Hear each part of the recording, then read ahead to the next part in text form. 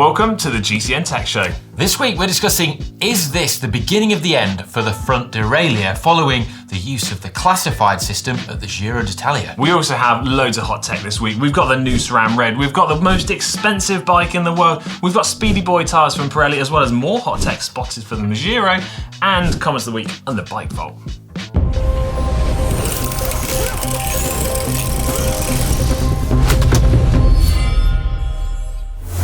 So, classified hubs are being used by Ineos Grenadiers at the Giro D'Italia, and successfully so. We think that this could be a sort of defining key moment for the system, a system which has had much hype around it and has been hailed as a potential front derailleur killer, as that's what it effectively replaces.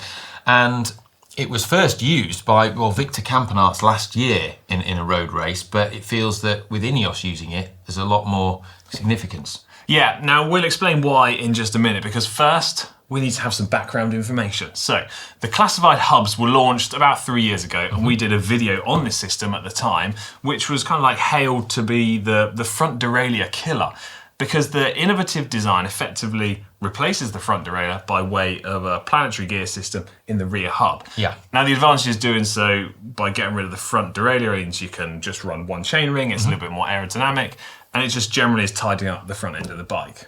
Yeah, Aero Coach have actually measured the benefits of having a one-by system, and depending on the front derailleur that you are removing and taking out of the equation, it tends to vary from around 1 to 4 watts saved at 45 kilometers an hour. Yeah. Which, pro speeds, so it's going to be less if you're averaging 30 kilometers an hour.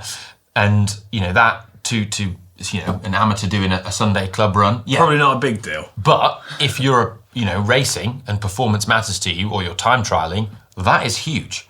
Now, there's also like a maintenance advantage too, which maybe isn't the big deal for the pros, but for amateur riders, I think is a really good idea because you've got some of the complicated elements sealed away and, running nice and clean. Yeah, but, up until now, the sort of Victor Campenaerts using it, a couple of times, we've not seen widespread adoption at all by professionals. And there's a thing in cycling, isn't there, that you tend to see it, for something to take off with amateurs, it kind of needs to have that seal of approval. That the pros think it's good and they use it. So if a lot of the pros maybe haven't been using it much so far, why do we think this is? Well, there's a few potential disadvantages to the system. One of the things is I've actually held one of the free hubs that's got the classified system built in. It's heavy, considerably heavier than a normal free hub. So they weigh 475 grams. And if we compare that to, say, a DT Swiss 240 hub, that's like 212, 220 grams. Yeah, but what I think... A lot of hubs are in that range in performance wheel sets. So what you're going to say is, on the face of it, it looks like something like the classified system is considerably heavier than a standard hub, but we've got to account for the bits that you're taking off the bike. Yeah, so if we say, you, for the sake of argument, a Shimano Dura Ace front derailleur, 93 grams. You then allow, 10 grams or so for removing a few other bits of gubbins like cables, things like that. And then taking out your inner chainrings, 100 to 150 grams, because you don't need that anymore. You put a bit back on because maybe you've got a sort of a slightly bigger front chainring on or something, or something like that. But you basically, in doing that, you reduce the weight to around what is comparable. There's probably a very slight weight increase of around, by when we've added all this up, you're looking at about 450 grams versus 475 grams. So that's a tiny amount. That's not a big deal. And then when you put that into, even if you go to the lower end of Aero Coach's watt saving argument of 1 watt, 1 watt is far greater than 25, 50 grams.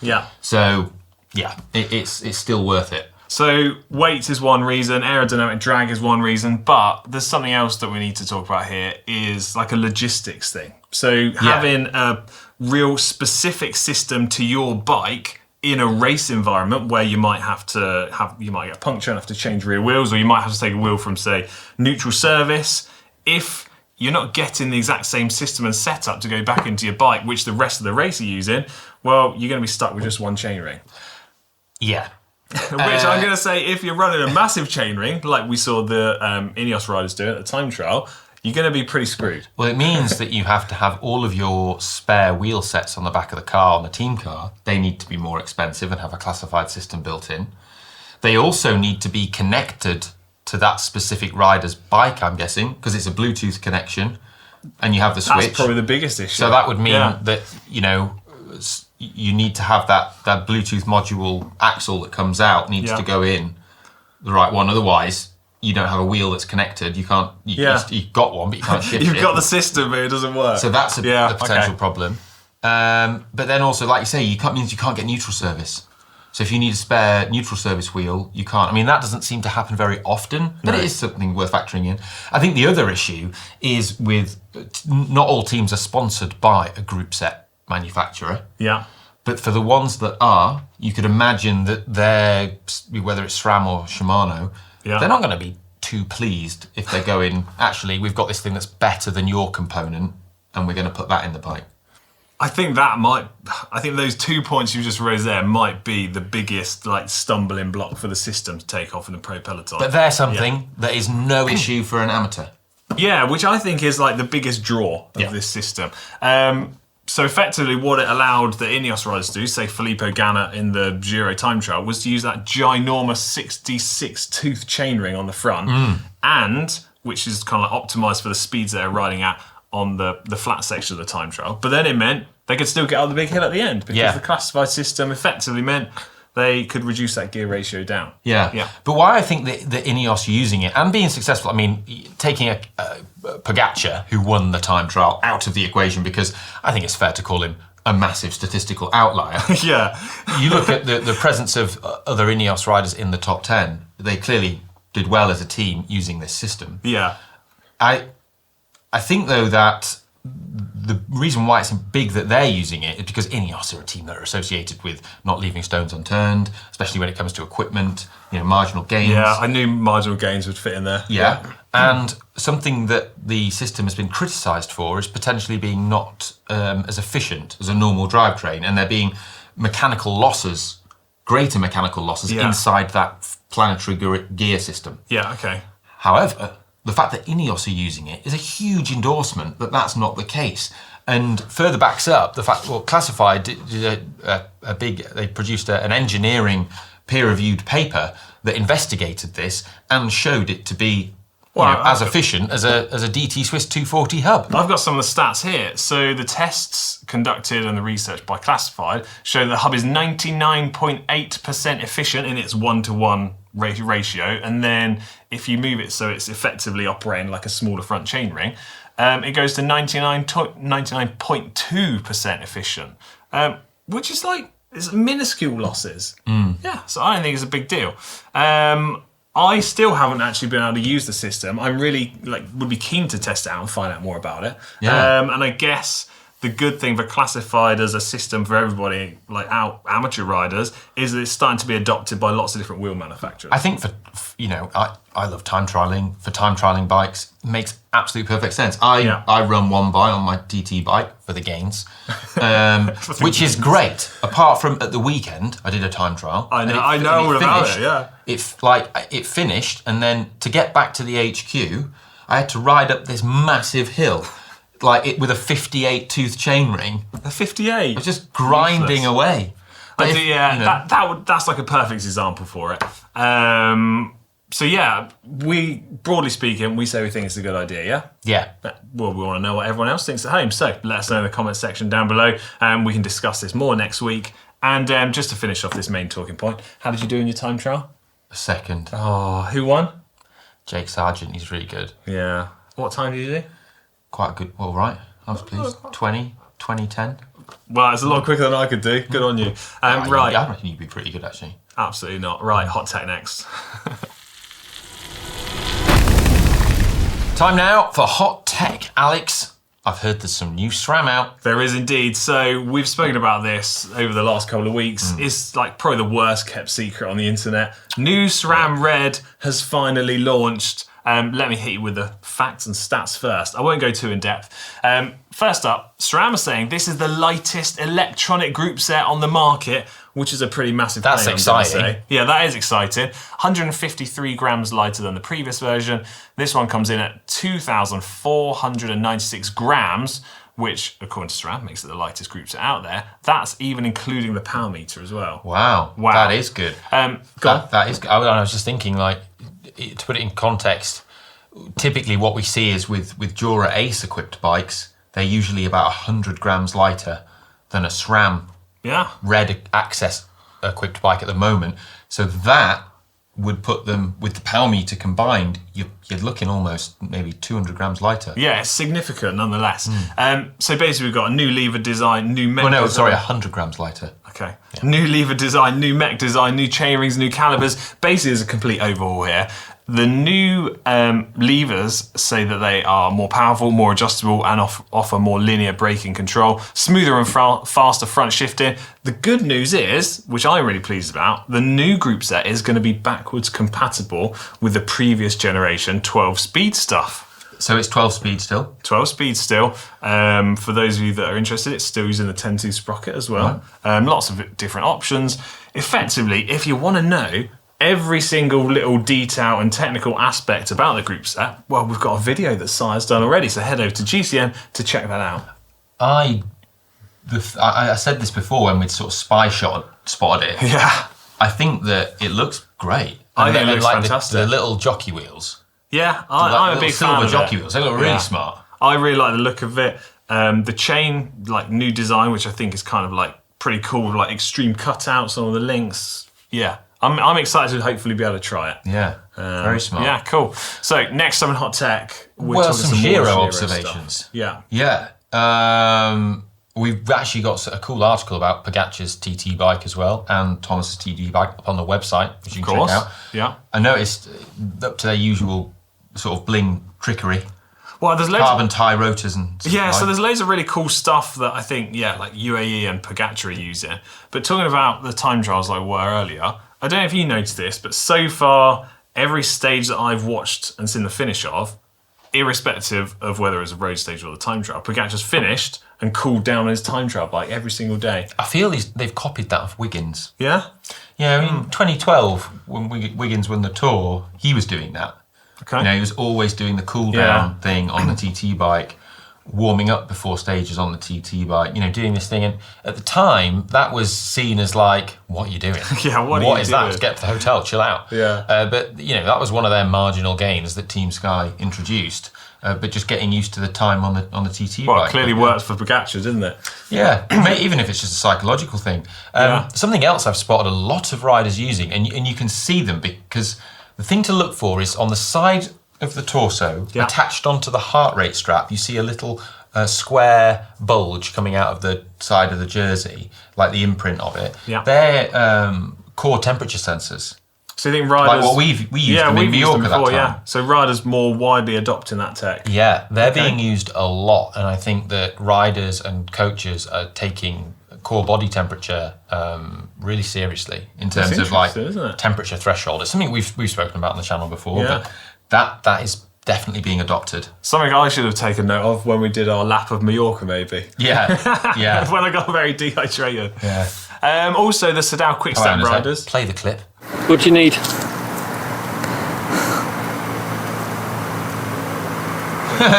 play the clip. Oh, god damn. Also, the Sedal Quick Step riders, or any Specialized sponsored teams actually, I've seen some riders are using what looks like a new wheel set with a polished silver hub, which is using a new design. Yes. So I don't know what that's for. Presumably, it looks a bit good. Of weight saving. It does look cool. I think it looks good. Yeah. I mean, like if you think about it, you know, if you went back 10 years ago, you'd get polished silver hubs. I think they look super cool. And back in the day, they pretty much all were polished silver hubs. It just seems of recent, everything's been like painted black. Yeah. And why not have silver hubs? They look absolutely boss. Yeah, I think so. But that brings us on to the big, I think you were about to say it. Yeah, go on. the sort of biggest piece of Giro Tech news is the launch of Pirelli's new tyres. I'm super excited about this, and I've been waiting quite literally a number of weeks to be able to talk about it. I mean, we've mentioned the prototypes, God knows how many times. Yes, we had the prototype versions of this, but now it's out. It's the Pirelli P ZERO RS TLR RS. Yes. And it's a pretty exciting sort of tyre. I mean, when I visited Pirelli, the engineers and stuff who'd worked on this, their excitement about it was sort of pretty palpable. So it's Pirelli's answer to like top level race performance, isn't it? Yeah. So I've got headline stats here as I do the stats. It's 8% lighter, 16% faster. It's got more grip, and it's made in Italy at their all singing, all bells and whistles factory. Yeah. I mean, seeing all their like R&D processes and like how they use all this like motorsport tech, their testing rigs to test everything, like all different aspects of a tyre's performance, and then all the chemistry labs, which I was nerding over there. I bet you were. Pretty exciting for me.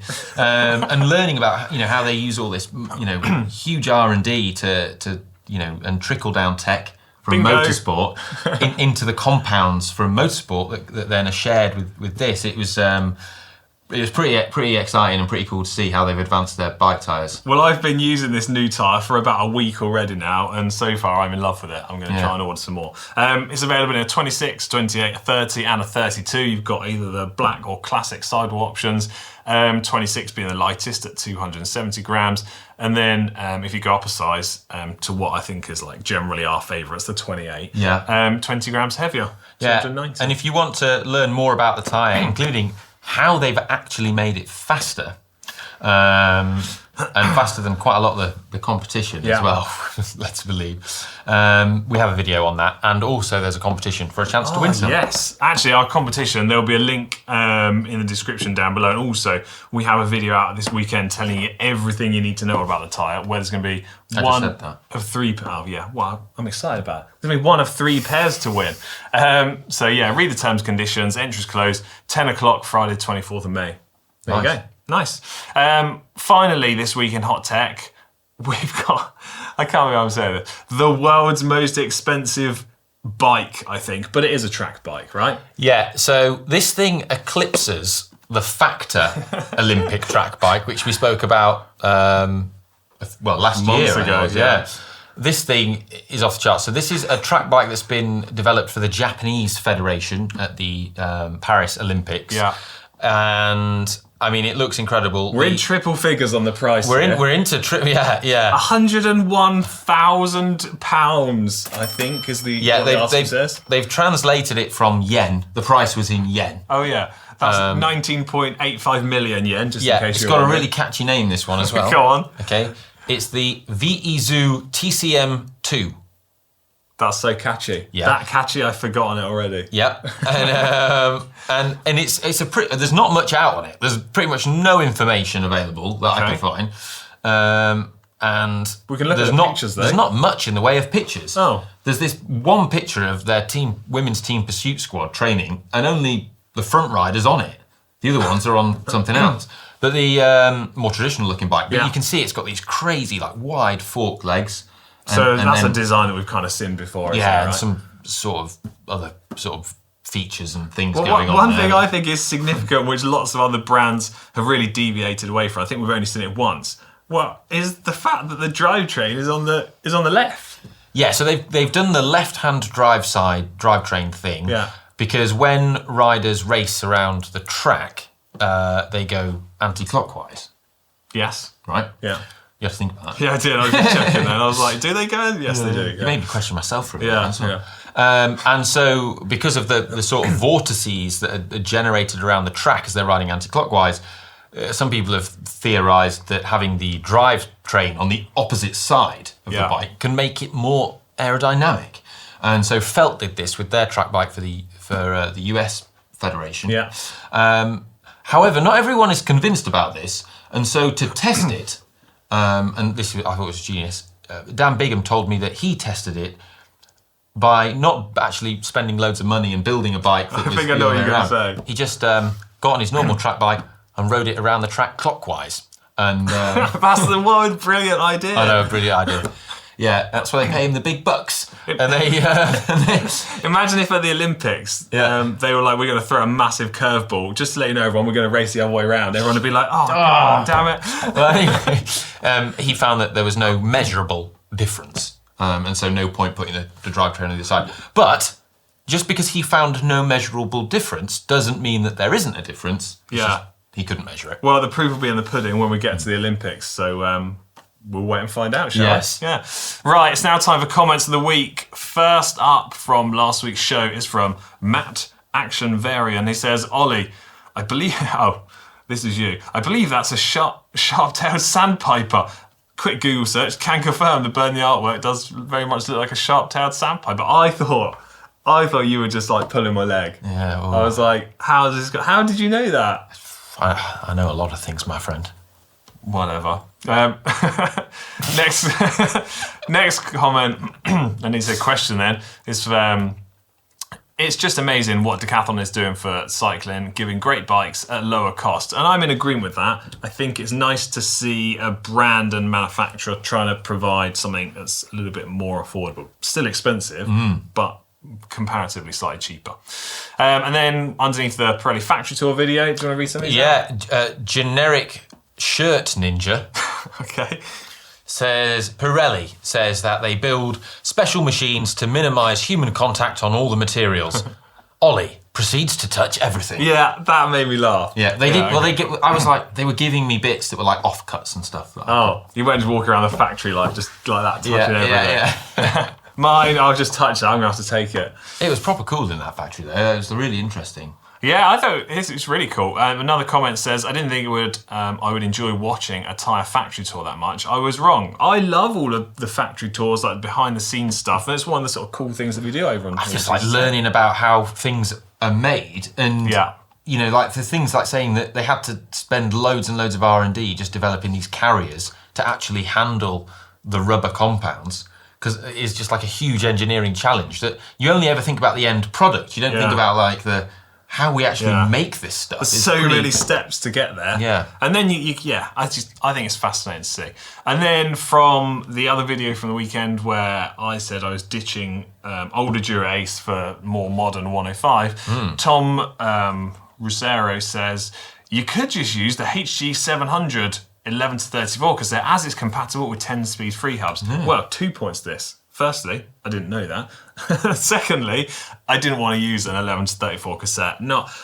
It's great for if you go somewhere. Big 10-speed. Yeah, it's good for if you go in somewhere like hilly or whatever. But I decided I wanted to use an 11 to 34, so therefore I had to machine the cassette out, and I thought it was fun to show everyone that that's possible. And not an 11 to 34. You wanted to use 30. Sorry. Yeah. You know what you knew what I meant. Yeah.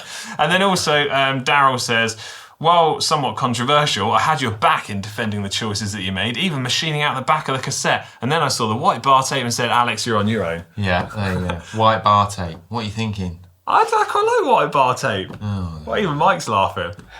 Right, I saw another comment actually that someone said, did Alex get a massive box load of white bar tape? Yes, I did. Well, not only that, he's got next to his drawer full of Dura Ace chain sets, it's just unlimited rolls of white bar tape. So when it does get dirty, he just swaps it out. Yeah, same with the cranks when they get dirty. I just switch them out for new ones. Chuck them in bin. Chuck them in the bin. Yeah, get new ones. Right, whatever. We've all joked to this for far too long. It's now time for the bike vault, where we judge your bikes to either be nice or super nice. Right. Yeah. Well, I tell you what, I think we've got our own bikes in there this week. Yes, we do. Because Alex and I, after this show finishes, we're heading to New York. New York. So good they named it twice. New York. Yeah, sorry to anyone that's from New York. Yeah. Oh, we're heading there. We're doing the GFNY, like the Grand Fond of New York. Grand Fond of New York, yeah. Which is going to be super cool, actually. But because we're doing that, we've got some absolute boss bikes, haven't we? Yeah. First up, we'll put a picture of mine up on screen. Well, firstly, the bike is the Colnago V4. You haven't got a chain. Okay, hold fire. Don't be too quick to judge my bike in the bike vault because I've got an updated picture for you. Here it is with a chain all the way from America. Right, back to us.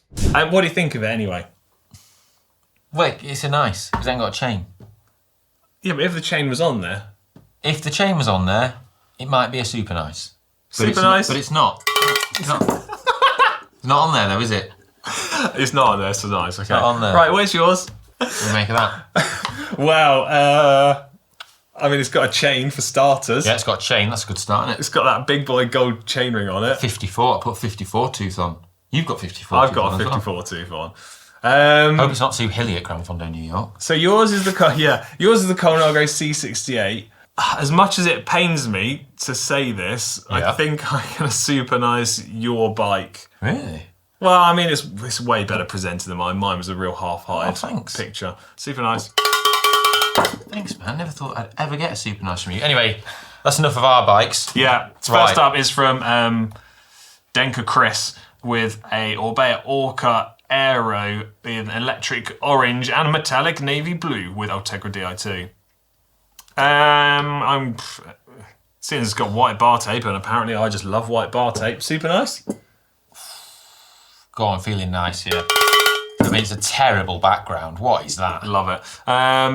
Who's next? It's Bergwertung. Yeah. With a new look 795 Blade RS. I love the voice he did there. I really like the bike. I think there might be a bit of shadow stand going on there. Well, if you can't tell, there's a good chance it is. Ooh, I can't see it. I think, yeah, that's. I mean, that's where I fell down. I didn't use a shadow stand this morning, but I used a nice smooth wall. It's not against the shifter.